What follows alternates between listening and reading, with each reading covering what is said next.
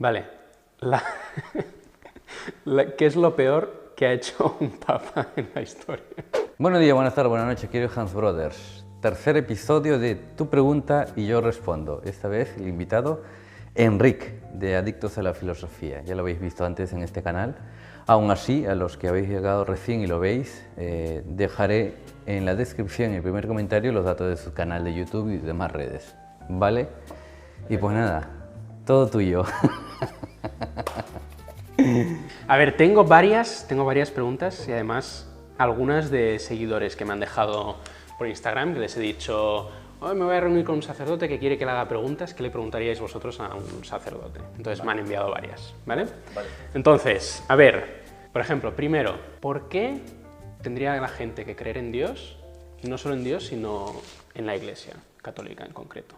Vale, primero, el Dios que presenta el cristianismo, que no es el mismo que otros, porque pueden tener una visión distinta, diversa, presenta un Dios que quiere revelarse y mostrarse al hombre.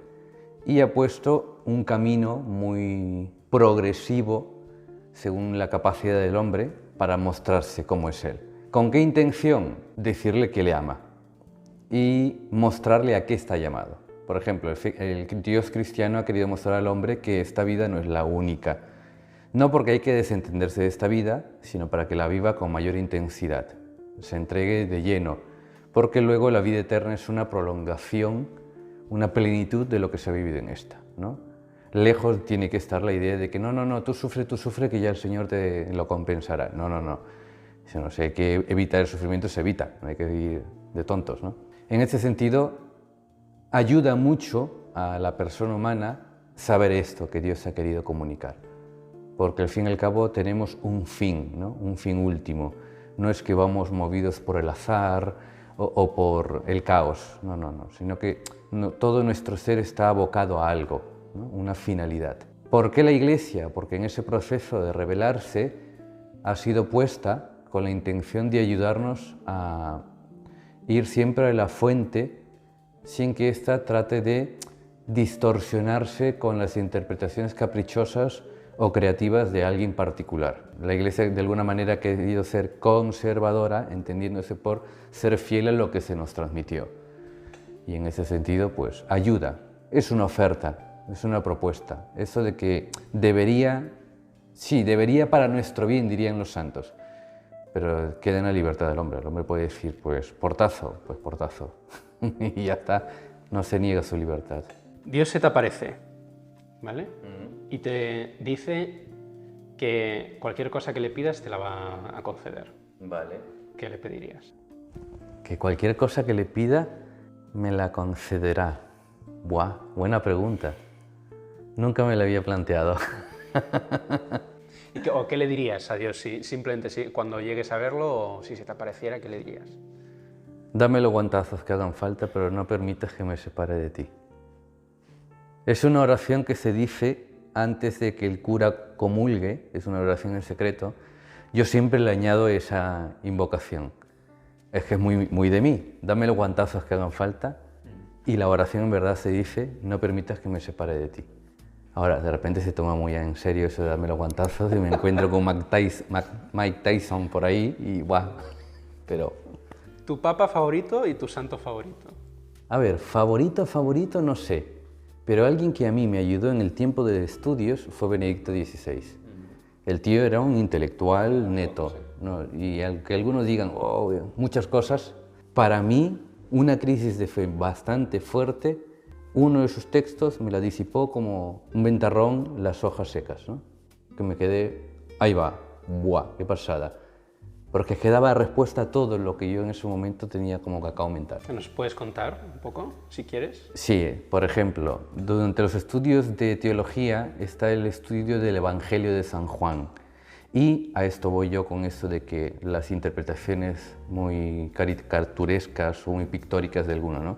El profesor, que era muy bueno, pero, a ver, llegó a decir en su teoría, según algunos historiadores, de que el que hizo el Evangelio de San Juan, ya no el autor físico, sino el que estaba detrás del Evangelio de San Juan y por tanto de las cartas de San Juan y del Apocalipsis, no era San Juan, era un grupito de fans suyos.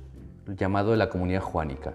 Y claro, te ponía una serie de argumentos en las que, ¿cómo? O sea, claro, lo argumentaba tan bien que yo me quedé en blanco. O sea, yo recuerdo que en esa clase quedarme petrificado, yo era alguien que siempre rebatía, y mis compañeros se dieron cuenta de que algo me pasaba porque me quedé en blanco, porque yo sentía que me han quitado al discípulo amado. O sea, nunca he existido. ¿Qué me estás diciendo? ¿No? Y me quedé en jaque, al punto de que yo era alguien que caminaba muy rápido para ir de la facultad al seminario, porque íbamos a pie, y ese día iba como si me hubiesen dicho que se ha muerto mi madre o mi padre, iba caminando pero fatal. Y mis compañeros dijeron, a ver, por eso usted está diciendo tonterías, ¿sabe? Buscaron textos para rebatirlo, encontraron ese texto y me dieron, oye, Francito, léete esto. Y dije, pues no quiero leer nada, esa tarde no quería ni estudiar. Y dice, no, léete esto.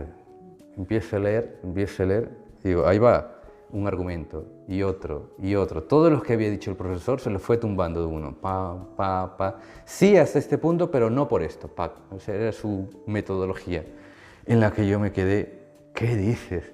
Claro, luego yo se lo restregué al profesor.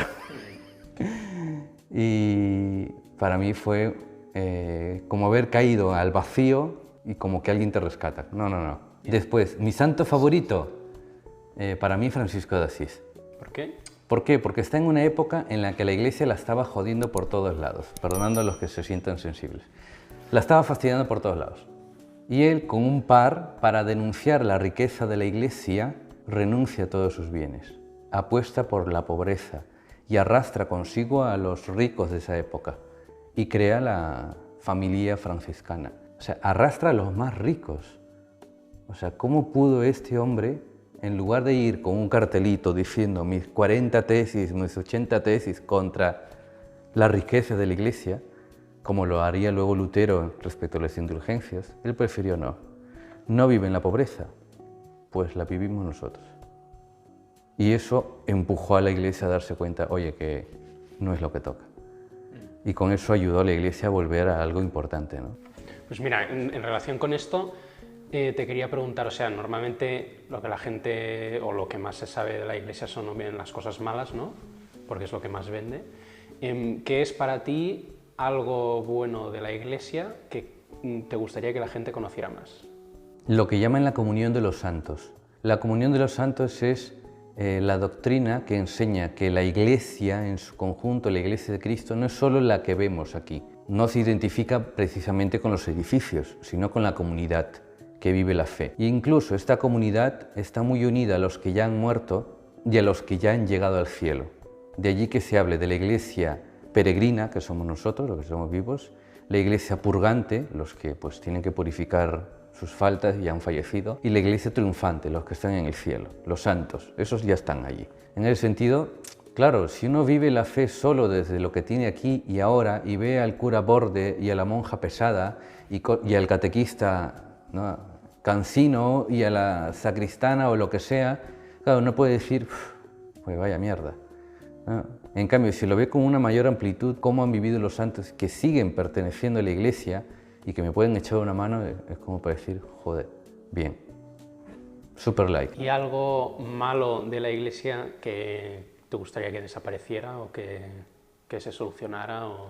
El tomar la fe como una ideología, el utilizar conceptos, doctrinas de la Iglesia para ir contra el otro, ¿no? Eso se ve mucho en Twitter.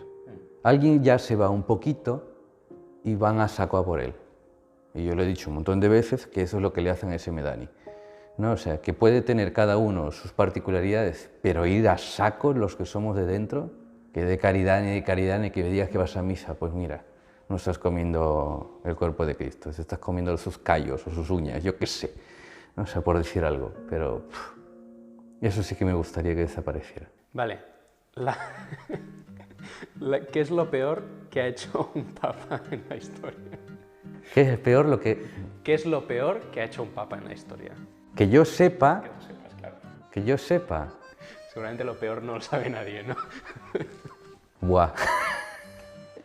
No recuerdo qué papa, pero uno que, por resentimiento con el papa anterior, lo mandó sacar de su tumba, lo sentó en una silla, lo procesó judicialmente le quitó la potestad de papa, eliminó sus decretos, lo excomulgó y mandó que su cuerpo lo tiren al río. En la cual yo me digo, pero ¿qué cojones te ha pasado en la cabeza? O sea, digo, ¿en serio? O sea, ¿tanto podía tu orgullo herido como para llegar a eso? Pues eso creó simplemente resentimiento por parte de los que querían a ese papa anterior, ¿sabes? Es como que ahora Francisco, cuando muera Benedicto, haga algo así, que sería, ¿qué ha pasado aquí? O sea, o el que siga a Francisco le haga eso. No. Eso es, creo, lo más bochornoso. ¿Qué destacarías del papado de Francisco hasta ahora? ¿Algo bueno y algo malo? ¿O algo no tan bueno? Algo bueno, que se lanza. Él ya lo dijo en una frase, ¿no? Prefiero una iglesia herida por ir al encuentro del otro que una iglesia enferma por no salir de casa, nauseabunda, por decirlo así, ¿no? En ese sentido, él se lanza, es muy instintivo. O sea, él es como que lo hago y ya luego pienso si estaba del todo bien o no, o si tenía que haber cuidado algo. Pero lo que trata de hacer es ir al encuentro de las personas. Y en esa búsqueda de encontrarse con personas, pues puede errar, sí, bueno, pero no pasa nada. Yo creo que eso es un valor añadido. Muy propiamente latino, también es verdad, ¿no? Que somos muy así de ir en banda, y eso yo creo que se valora. O sea, es un lado muy humano de un papa que muchas veces no se ha visto. Se les ha visto tan hieráticos, tan alejados de la realidad, cuando en verdad no lo son así. Pero en este se nota más. Y después, algo no tan visible, o sea, algo no tan bien, pues no lo sé. No significa que sacramentalice yo todo, o bendiga todo, pero quizá podría cuidar un poco más, es que no lo sé. ¿No te atreves? No sé, no lo sabría. Es notorio que no es un papa teólogo, ¿no? Doctrinal. Algunos le reprochan eso. Vale, sí, es que no todos los papas tienen que tener lo mismo. Pero bueno, no, de momento va bien, yo creo. ¿Cuál crees? O sea, tú como cura confiesas un montón a mucha gente, entonces debes de ver, obviamente, pecados que se repiten un montón, que todo el mundo es muy consciente de estos pecados. Están todos inventados. Pero ¿cuál crees tú que es un pecado muy común, pero que la gente no es consciente de él y por tanto quizás no se confiesa de ese pecado? Un pecado muy común y que no se confiesa. Porque a lo mejor la gente no cree que sea tan importante o que incluso no lo tiene en mente. Alguno puede considerar que esto es una chorrada. Creo que 2 personas en lo que llevo de años de cura se habrán confesado sobre pecados relacionados con las normas de circulación. Que yo también los cometo, que infracciones, lo que llaman infracciones. Pero es que hay determinadas cosas que ponen en riesgo la vida de otros. Y eso es como que, no, yo tengo el derecho, yo tengo la picardía, yo tengo prisa, yo tengo muchas razones. Pero nadie hace un examen de conciencia de eso. Oye, he puesto en riesgo a tal persona y me confieso. Nadie. Solo 2 personas en los años que llevo. Vale, la última pregunta que tengo yo y luego pasamos a preguntas que me han hecho. Entonces, no te quería preguntar de esto porque creo que ya, pues es lo típico que todo el mundo le pregunta a un cura, ¿no? Y creo que ya Tiparraco te preguntó y tal, pero sí más, o sea, te preguntó sobre la pederastia en la iglesia, la pedofilia y tal, pero sí que, esto creo que no te lo preguntó, ¿qué está haciendo la iglesia, ¿no? Para evitar que vuelva a suceder cosas así, casos de estos? O sea, ¿qué medidas está implementando? Por una parte, que es la más contundente, el establecimiento de normas más claras a la hora de procesar una sospecha de delitos relacionados con el abuso de menores. Esto ya lo hizo Benedicto y Francisco ya le está dando mayor forma, pero es decir a los obispos, oye, no tenéis que mirar atrás. Aquí tenéis un modo de proceder en caso haya sospecha de alguien que esté involucrado con esto, ¿no? Que busca, sí, respetar la presunción de inocencia y que se le haga un procedimiento justo, pero que, quieras o no pueden mirar a otro lado. O sea, por una parte eso, y por otra, mayor rigor en el tema del discernimiento de los candidatos al sacerdocio, ¿no? El acompañamiento ya no solo espiritual, sino también herramientas psicológicas que tienen que haber, o sea, un psicólogo que acompañe la formación humana de los candidatos, porque si se te cuela, hombre, conviene mejor que no llegue a alguien que tenga ese tipo de dificultades, ese tipo de manías o como se le quiera llamar. Con lo cual es decirle, chico, no es lo tuyo, ¿sabes? O sea, en ese sentido, esas 2 cosas. prevención y luego medidas judiciales. Pues a ver lo que me han dejado mis seguidores, espérate, a ver. Pero es que hay algunas que obviamente no te las voy a hacer como ¿qué piensas de Hegel? Pero okay, si quieres responder, también puedes responder. ¿Qué pienso de Hegel? Que es un buen hombre, saludaba cuando iba por la calle y nada, que nos tenía asco a todos, al fin y al cabo, pero por eso puso unos textos tan complicados. ¿Por qué el Dios del Antiguo Testamento es tan distinto del Nuevo Testamento? Porque, quieras o no, Dios se reveló a un hombre que era muy distinto al del Nuevo Testamento, en el sentido de que reinaba mucho la ley del más fuerte. Por tanto, Dios se tendría que mostrar pues, no como alguien blandengue, sino como alguien mucho más fuerte, más categórico. E incluso en los inicios de la fe, con semejanzas a la idea de Dios que se manejaba. Un Dios que era dueño de la vida, que si no le dabas lo que te pedía, pues acababa con ti y toda tu generación. De allí la petición del hijo de Abraham. Entonces, algunos dicen, ¿cómo es posible? Pero es que era lo normal entre la idea de Dios que concebía el hombre. Pero, claro, Dios luego interviene. No toques al niño.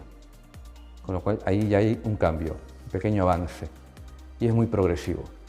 Y en tanto que el hombre era más rudo y más tosco de entender, pues le tenía que hablar en ese lenguaje, porque era el que el hombre entendía. Si viene Dios a hablarle a Abraham y a lo de su época, de que os lo mando a vosotros, amaos unos a otros, pues decir, ¿qué amar ni qué amar? ¿Qué me estás diciendo aquí? O sea, lo hubiesen dicho tranquilamente eso. Han tenido que pasar muchos años para recién llegar a proponer eso. Pero es por eso. No es que Dios sea distinto, era el hombre distinto. Y Dios le habla al hombre según su entender. ¿Por qué la Iglesia impone dogmas en vez del pensamiento crítico y libre? Imponer no impone, porque uno libremente puede decir, pues no quiero, no creo y me piro. Pues vale, hasta luego. Y luego, sí, lo que nos dice, lo que he dicho hace un rato, trata de conservar lo que se nos dejó y trata de transmitirlo como se ha entendido siempre. En ese sentido es conservadora, conserva lo esencial de la fe y que uno pueda hacer suyo, pero ya está, o sea, no hay mayor cosa. Un sacerdote puede ser hegeliano. Si me voy a poner un suéter que diga I love Hegel. ¿Por qué creer en una religión en la que, desde la historia de Eva, se desprecia a las mujeres? Pues que baje la Virgen María y te dé 2 guantazos, porque ella te diría muy bien, ¿tú de qué vas? O sea, te podría decir tranquilamente ella, o sea, que Dios mande a su enviado a que le pregunte si le puede ayudar. O sea, si fuese un Dios machista que va a preguntar, le hubiese dicho, guapa, que te toca hacer esto, así que ya ves preparándote que vas a estar preñada y vas a hacer lo que yo te diga. No. O sea, un Dios que se abaja ante una mujer mortal, como María, o sea, ya muestra cuál es la dinámica de Dios. Y vuelvo a decir, del Antiguo al Nuevo Testamento, Dios se ha ido revelando según se entendía. Ya en el Nuevo Testamento vemos, en verdad, cuál es la intención de Dios. Y en María esto cae por tierra. O sea, ¿tú le tienes miedo a la muerte como sacerdote o no más que cualquier otro, ni menos? No sé si más o menos. Yo consideraba de que, bueno, a ver, yo cuando vine a España hice testamento y compré un seguro de vida, porque era la primera vez que salía de Perú. Y lo he ido actualizando según el paso de los años y los bienes que han ido cambiando, ¿no?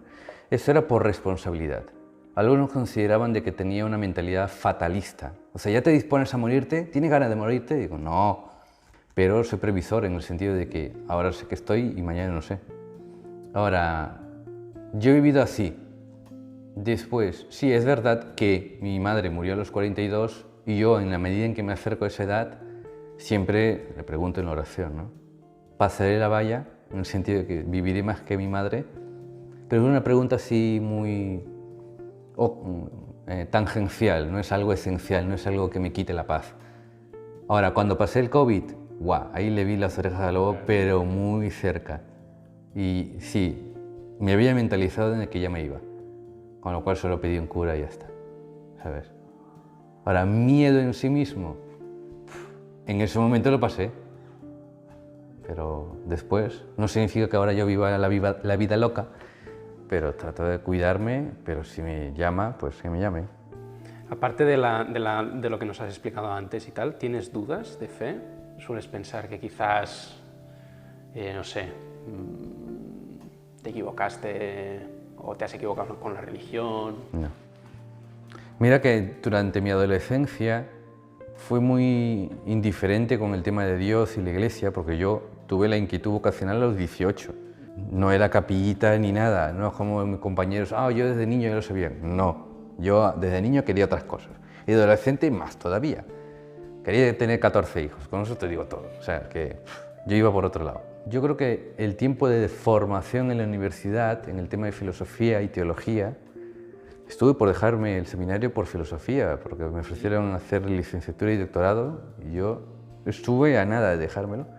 O sea, me gustó muchísimo los estudios, luego la teología también, y creo que todas las dudas de fe las he podido disipar durante los estudios, porque era alguien que o lo encontraba leyendo, buscando, o lo preguntaba, sea en público o en privado al profesor. He tenido más dudas de mi correspondencia. O sea, es más en plan, a ver si se te quita una vez lo tonto y correspondes bien, ¿sabes? Una persona me ha hecho una pregunta que me dejan algunas veces en algunos vídeos, es ¿por qué hacer filosofía si en la Biblia están todas las respuestas? Hombre, la filosofía es para entender al hombre mismo y a partir de ello también entender cuando se habla de Dios, ¿no? Porque vuelvo a lo mismo, Dios nos ha hablado según nuestro modo de entender. Y la filosofía ayuda mucho. O sea, la antropología en sí misma, la metafísica, son dos, por decirlo así, materias, mundos conceptuales que ayudan luego a entender a Dios, al Dios cristiano por lo menos. Porque el tema del Padre, Hijo, Espíritu Santo, tres personas, un solo Dios, eso desde la metafísica se entiende mejor. Si no hicieras metafísica estarías ahí con la cabeza, perdidísima. Pero para eso ayuda. Pues mira, relacionado con esto, ¿cuál es la relación que tiene que haber entre fe y razón? Tiene que apoyarse mutuamente, en tanto que muchas de las preguntas la fe nos da, por decirlo así, la respuesta, pero el hombre quiere ganarse las cosas y hasta que no encuentra esa respuesta por el uso de su razón, pues no lo siente suya y está bien. O sea, si Dios nos ha dado ambas luces, nos llevará a esa respuesta por medio de ambos. Y en lo que la razón no llega, pues está la fe. ¿Alguien que está fuera de la iglesia se puede salvar? Y si la respuesta es sí, entonces ¿para qué estar dentro de la iglesia? Alguien que está fuera de la iglesia se puede salvar en la medida en que viva conforme al Evangelio, aunque no lo conozca. Mateo 25, tuve hambre, me diste de comer, tuve sed, me diste de beber, estuve desnudo y me vestiste, estuve enfermo y me visitaste, ¿no? O sea, el cuidar del hermano. ¿Por qué tener fe, entonces? Porque es como ir de Barcelona a Madrid. Tener fe es ir por la autopista. No tener fe es ir por los campos.